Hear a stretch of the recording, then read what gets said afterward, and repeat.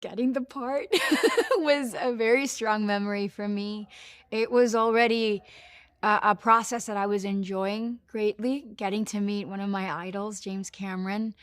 Um, Getting the part was exciting, but it was also very nerve-wracking because it meant that I knew I was gonna have to work really, really hard, but what I couldn't have imagined was that the process of all that hard work I was going to also enjoy because I was going to learn so much and be a part of a really beautiful story that was going to then become very groundbreaking for many, many people. Every day is problem solving on a film set, but in this one you're playing the problem is how do I ride a banshee? How do I climb floating mountains? How do we do that? You know, this is kind of, you know, intergalactic stuff that we're trying to do in a soundstage in the middle of wherever we are. And it's like that sense of play is what you need to get through that. It was groundbreaking, you know, I was able to catapult myself into other projects and continue my journey growing as an artist and being able to, you know, through my influence to tell really good stories that I believe in and collaborate with filmmakers that I believe in. But the greatest gift of all is the experience to be able to come back and work with people that I just, you know, love and truly admire.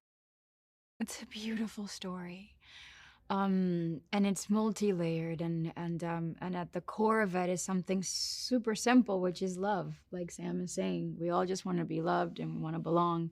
And and then just visually, it was like unlike anything we had ever experienced. It was an immersive experience. It was delivered in 3D. It was unique and groundbreaking, but also, you know, taking it back to the environment. We were shown a mirror of what we could become if we follow in this path and here's the really not so great version of it and here's the possibility of what we could become if we make better choices. It was the beginning of that conversation when it came to the environment and it was not political. It was from a human sort of place, and that became very thought-provoking. Theaters are these weird place where you sit with complete strangers. So you do that in a church too. But then they turn the lights off, so that would be a very weird church. But then you're transported thanks to light being reflected onto a screen. And something like Avatar literally does take you out of that darkness into another world entirely. And to Yeah. me, Avatar has always felt like this dream.